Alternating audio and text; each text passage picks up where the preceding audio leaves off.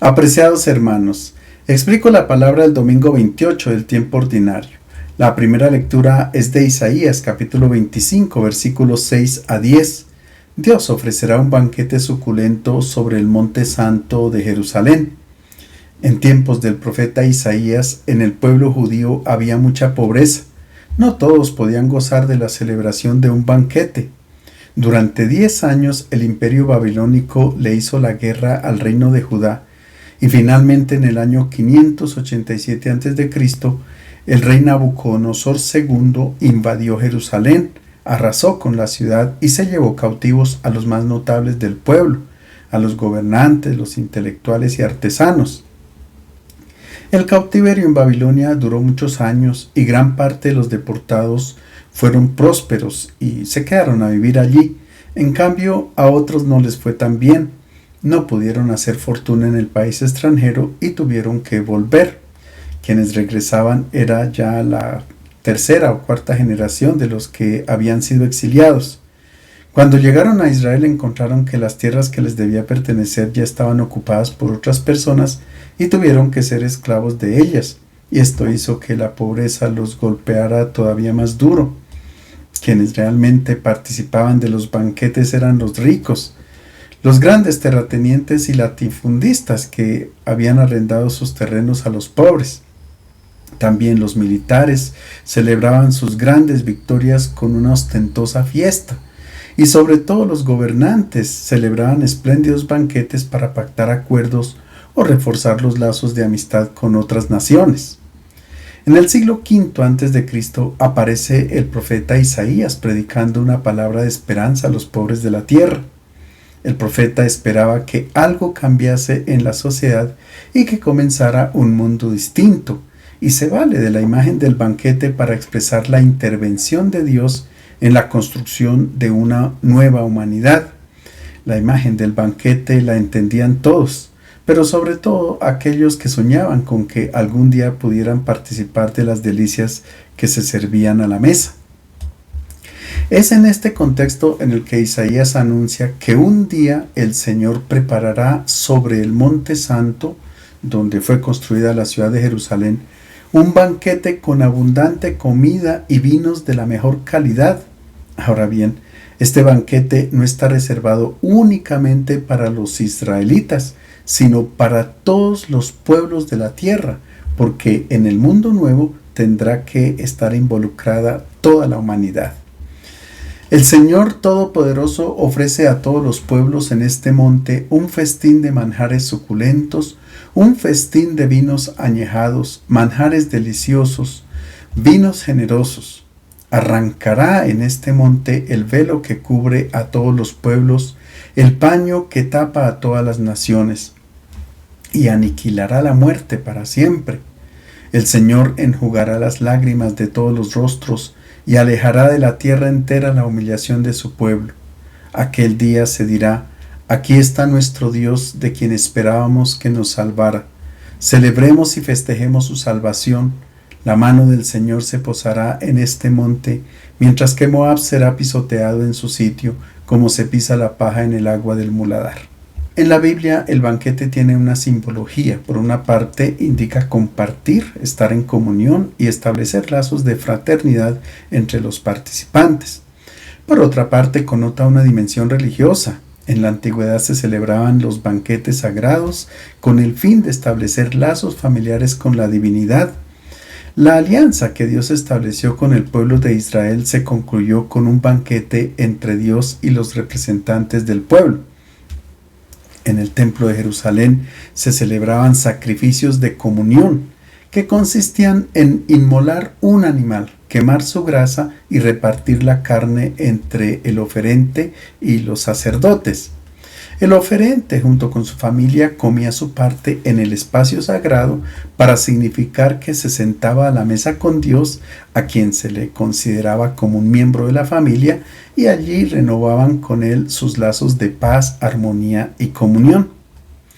Después del regreso de los deportados a Babilonia, Judá vive un tiempo de libertad, pero los reyes cometen toda clase de injusticias, banquetean y se aprovechan de los más débiles. así que han desilusionado totalmente al pueblo. El profeta Isaías proyecta un banquete donde el oferente es el mismo Dios, que quiere establecer vínculos familiares con toda la humanidad. Se detalla el menú del banquete: manjares suculentos, vinos añejados, sabrosas carnes de todo tipo, es decir, una lista para estimular la imaginación. En nuestro texto, los invitados al banquete son todos los pueblos de la tierra, no hay ninguna exclusión. En este banquete Dios hará cosas extraordinarias, arrancará el velo que cubre los ojos de todos los pueblos para que lo puedan contemplar directamente. Además, el Señor eliminará la muerte para siempre, enjugará las lágrimas de todos los rostros y quitará la humillación que pesa sobre su pueblo.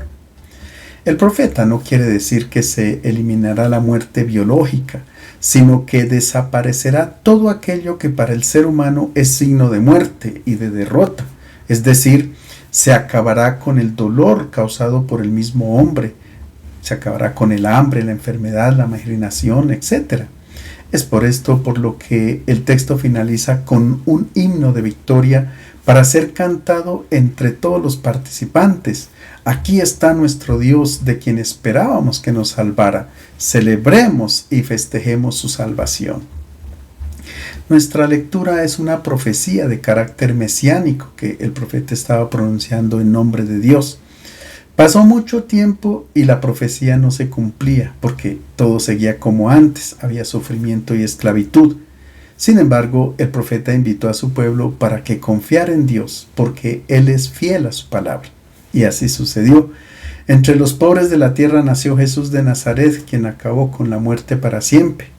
San Pablo lo comprendió perfectamente cuando, a la luz de la Pascua de Cristo, escribe a los Corintios: cuando lo corruptible se revista de incorruptibilidad y lo mortal de inmortalidad, se cumplirá lo escrito: la muerte ha sido vencida definitivamente.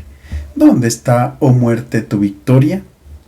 De igual manera, el vidente del Apocalipsis comprende que al despuntar los nuevos cielos y la nueva tierra, se contemplará a Dios enjugando las lágrimas de los ojos de cada persona, tal como lo había predicho Isaías.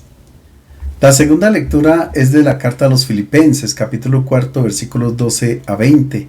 Pablo se despide de la comunidad de Filipo.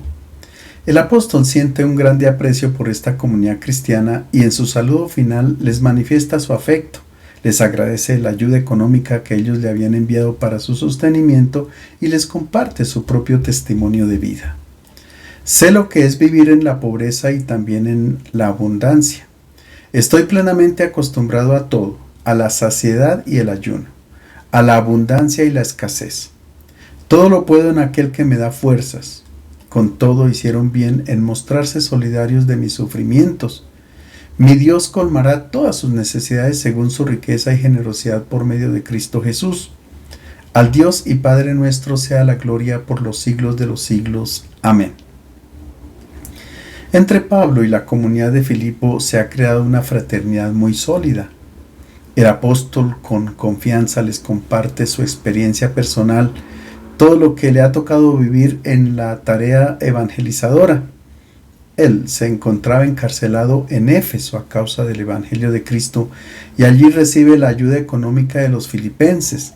A pesar de que él sabe vivir en la abundancia y la escasez porque lleva una vida austera, agradece inmensamente a los filipenses el gesto de generosidad que tuvieron porque se mostraron solidarios en sus sufrimientos.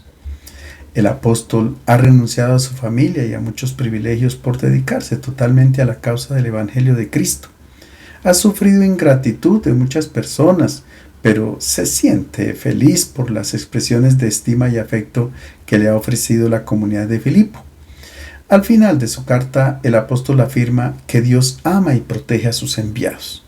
Por tanto, Él recompensará abundantemente todos los gestos de caridad para con ellos. El Evangelio es de San Mateo capítulo 22 versículos 1 a 14. Jesús compara el reino de Dios con un banquete de bodas. Es la tercera parábola que pronunció Jesús ante los sumos sacerdotes y ancianos del pueblo para explicar de dónde procedía su autoridad para expulsar a los mercaderes del templo. Escuchemos cómo inicia. Jesús tomó de nuevo la palabra y les habló usando parábolas. El reino de los cielos se parece a un rey que celebraba la boda de su hijo. Uno de los libros más leídos en tiempos de Jesús era el libro del profeta Isaías.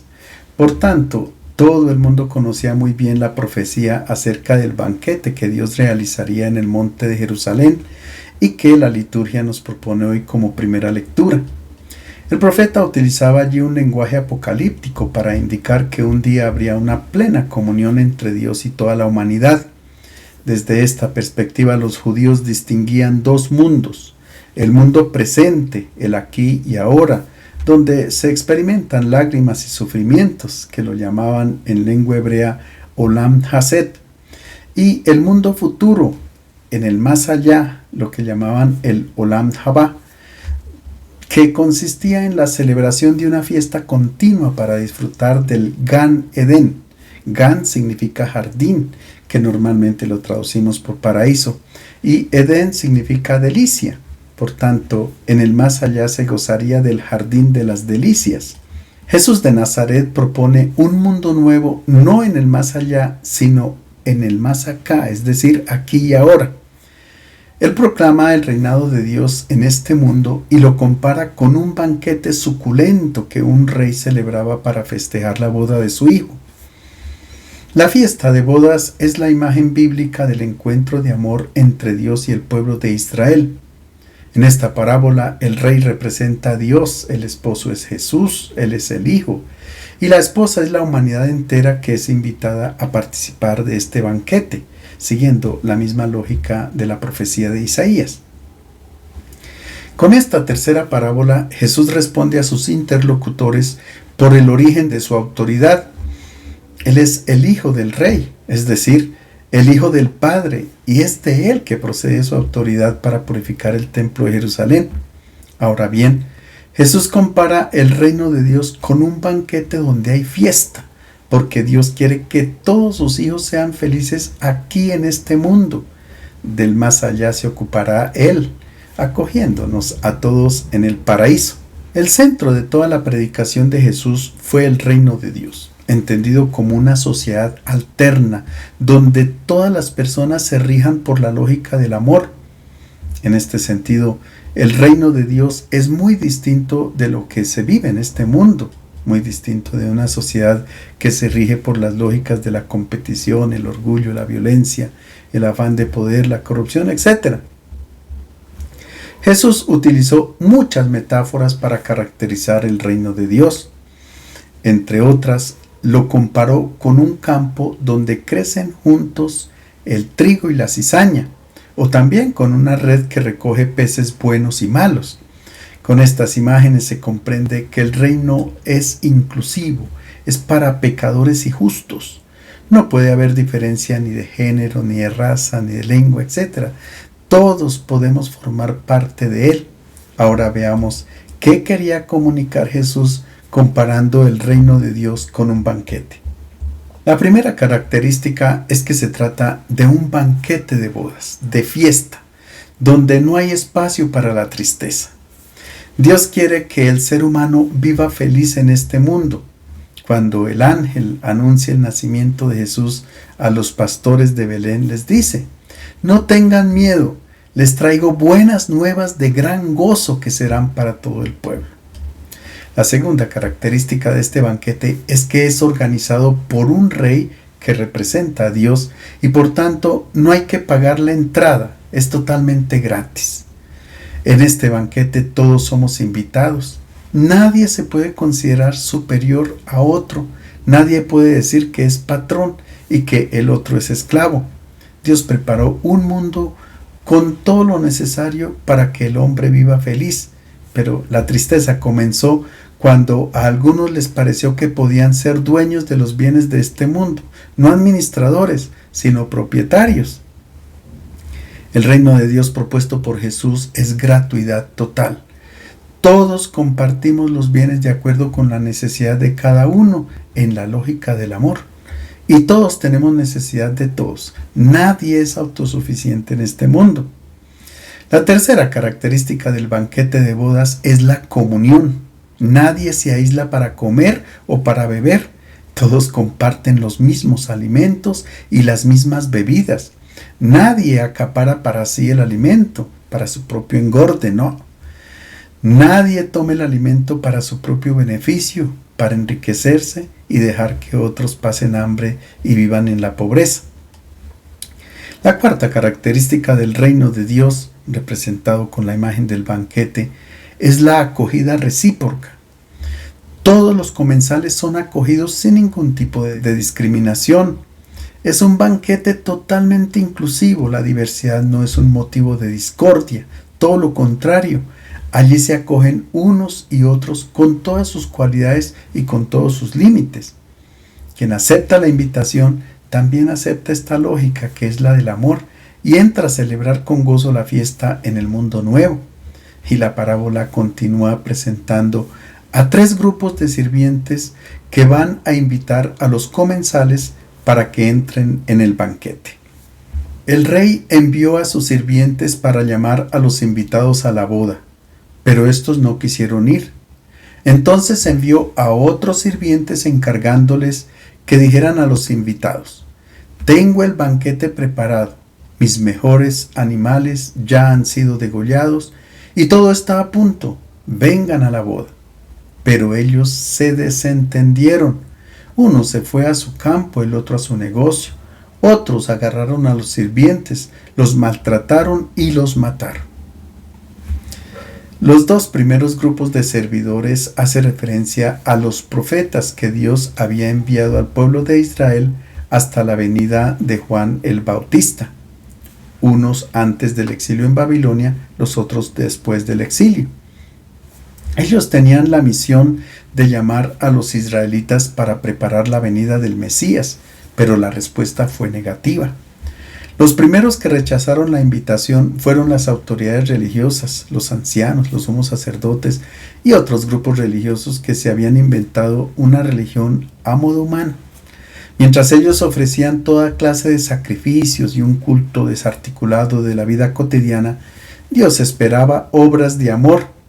La religión que ellos profesaban no producía gozo sino sufrimiento, porque habían impuesto muchos preceptos que eran como un yugo pesado para el pueblo.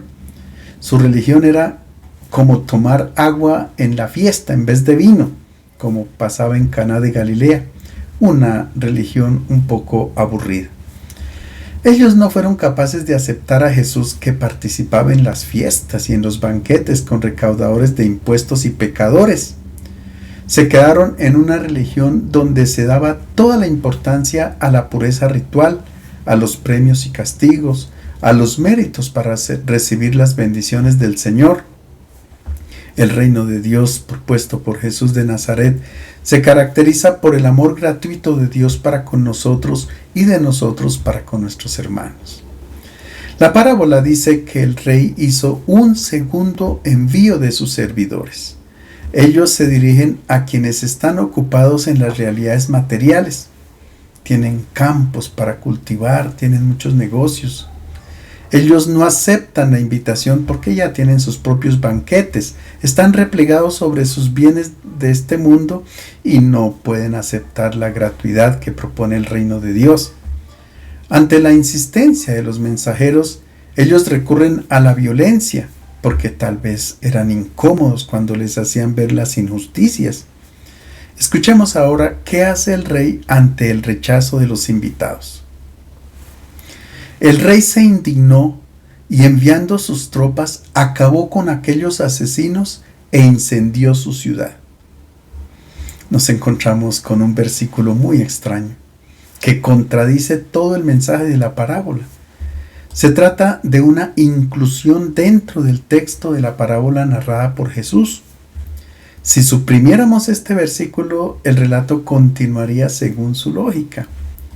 Es imposible imaginar un banquete de amistad que está allí preparado esperando a que pase una guerra para poder pasar a comer.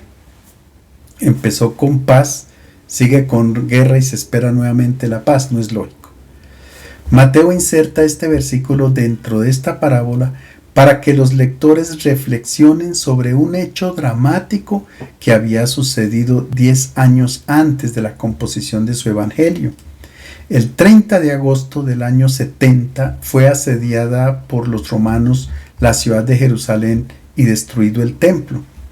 El evangelista utiliza un lenguaje propio del Primer Testamento que todos entendían y lee este acontecimiento como un castigo de Dios.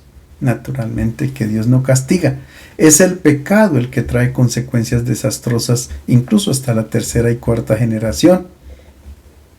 Traduciendo esta simbología al lenguaje de hoy, diríamos que quien rechaza la invitación al banquete del reino de Dios tiene una alta responsabilidad si el mundo no cambia, si se perpetúa en él el mal que se manifiesta de distintos modos: competición, poder, guerras, violencia, destrucción, etc. La parábola continúa con el envío del tercer grupo de siervos. Después el rey dijo a sus sirvientes: el banquete nupcial está preparado, pero los invitados no se lo merecían. Vayan a los cruces de caminos y a cuantos encuentren, invítelos a la boda. Salieron los sirvientes a los caminos y reunieron a cuantos encontraron, malos y buenos.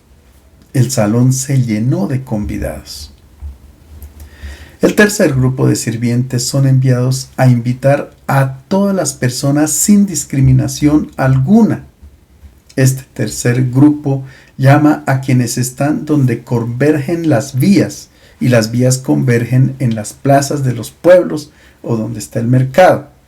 Es en el mercado donde se reúne toda clase de personas, los malos y buenos, la gente común, los pobres, los marginados, los recaudadores de impuestos, los ricos, incluso los estafadores, los ladrones, etc. Todos invitados a participar del banquete. Nadie está excluido. Este tercer grupo de mensajeros hace referencia a todos los discípulos enviados por Jesús. Son los apóstoles, cada uno de nosotros, que somos ángeles para muchas personas, para que acepten la invitación de acoger el reino de Dios. Se necesita que nosotros, los enviados del Señor, seamos los primeros en experimentar el gozo del Evangelio. Así las personas que nos escuchan pueden acoger la invitación. Entrar en el banquete significa acoger la lógica del Maestro de Nazaret, que es la lógica del amor incondicional incluso por los enemigos. Quien experimenta el gozo de este banquete de bodas, de este mundo nuevo, no solamente adquiere el pleno sentido para su vida, sino que tendrá que salir inmediatamente a los cruces de los caminos para invitar a todas las personas para que ellos también tengan la misma experiencia. Cuando nosotros no experimentamos este gozo y no amamos a nuestros hermanos, sencillamente nos quedamos quietos. No damos un paso para evangelizar, porque la necesidad interior de predicar el evangelio nace como consecuencia del amor por nuestros hermanos, sin ninguna discriminación, desde luego.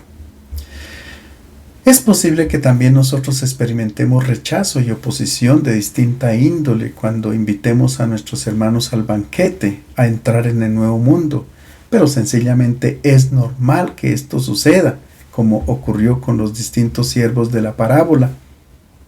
Es que si las personas a quienes les anunciamos la buena nueva del Evangelio hubieran comprendido antes su significado y su alcance, desde mucho tiempo atrás habrían entrado en el reino de Dios. No habría necesidad ni urgencia de anunciarles el Evangelio.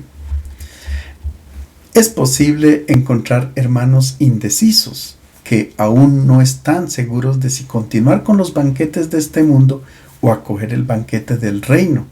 Esto también es normal. Como normal será encontrar también a quienes piensen que el reino de Dios se construye en el más allá solamente en la otra vida y que es suficiente con una conversión al finalizar la existencia. Si bien es cierto que nunca es tarde, como sucedió a los viñadores de la viña, que todos recibieron al final del día un denario, el problema de acoger tarde el reino de Dios es que se pierde un amplio tiempo de felicidad, de haber gozado del banquete aquí y ahora. Es posible que algunas personas acepten la invitación a entrar en el reino, en el mundo nuevo, por puro miedo. Piensan que de pronto tendrán una futura condenación para evitar las llamas del infierno. Ellos no podrán vivir en plenitud la felicidad del reino. Pero también hay personas que comprenden muy rápido que el reino de Dios es un banquete de fiesta y entran inmediatamente porque no se quieren perder ni un segundo del gozo del banquete. Es claro que quien entra en el reino de Dios no alcanza la perfección inmediatamente. Se necesita un proceso. Por un poco de tiempo seguirá enfrentando sus propias debilidades, como todos los seres humanos, pero poco a poco alcanzará la perfección. Es por esto la insistencia en que en el reino de los cielos hay malos y buenos, justos y pecadores. La parábola concluye diciendo que la sala del banquete se llenó. Esto quiere decir que nadie quedó excluido de la fiesta. Tal vez temprano o tarde, pero todos aceptaron la invitación. Un día todos los hijos de Dios serán acogidos en la fiesta del banquete de bodas. Y ahora continúa un episodio muy extraño para nosotros. Cuando el rey entró para ver a los invitados, observó a uno que no llevaba traje apropiado. Le dijo: amigo, ¿cómo has entrado sin traje apropiado? Él enmudeció. Entonces el rey mandó a los guardias: átenlo de pies y manos y échenlo fuera a las tinieblas. Allí será el llanto y el rechinar de dientes, porque son muchos los invitados, pero pocos los elegidos. No podemos identificar a este rey que se comporta cruelmente con aquel pobre hombre que no tenía el traje apropiado para la fiesta de bodas. Si los invitados fueron llamados de los cruces de los caminos de manera espontánea, no se puede pretender que todos vistieran un traje apropiado para la boda.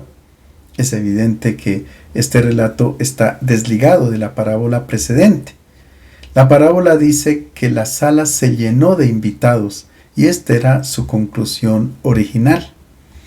Ahora estamos ante otra parábola muy distinta de la anterior. Aquí la temática es otra.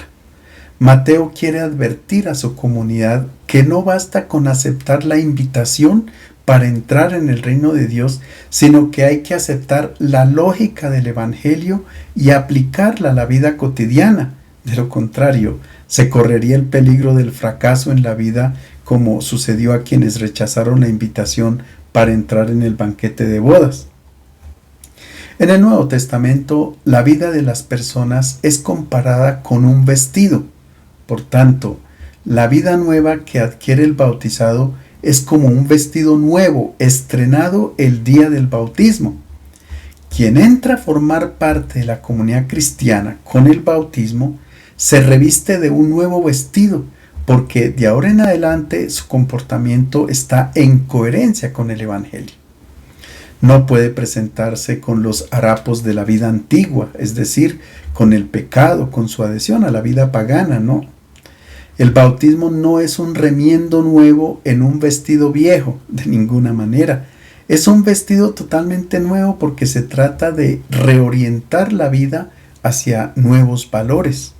Es típico de Mateo utilizar un lenguaje que causa temor y miedo. Solo él emplea con frecuencia la expresión: serán expulsados a las tinieblas de fuera, allí será el llanto y el crujir de dientes. Los otros evangelistas no emplean nunca este lenguaje. Se trata de imágenes ligadas al tiempo y a la cultura del pueblo de Israel. Es que en la comunidad de Mateo había muchas personas procedentes del judaísmo que entendían muy bien este lenguaje porque estaban acostumbradas a escuchar estas expresiones fuertes cuando las autoridades religiosas los amonestaban. No podemos imaginar a un Dios sin corazón y sin misericordia, aunque estas sean categorías humanas.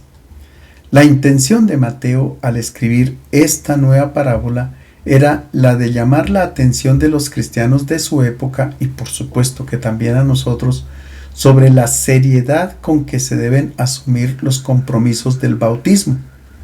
Según San Juan, para el lavatorio de los pies Jesús se vistió con el perizoma, el vestido de los esclavos, porque manifestó así una actitud de servicio.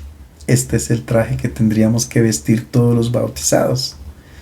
El texto concluye diciendo: muchos, en el sentido hebreo de todos, son llamados, pocos los escogidos. Se trata de un dicho aislado de Jesús, tal vez pronunciado en un contexto diferente. Mateo lo ha ubicado aquí para sacudir con una frase de impacto la tibieza de algunos cristianos de su comunidad. Con esta sentencia, Jesús no está refiriéndose al ingreso al paraíso, sino al reino de Dios, al mundo nuevo que se construye aquí y ahora de acuerdo con la lógica del amor. Jesús pone en guardia acerca del riesgo de perder un tiempo precioso.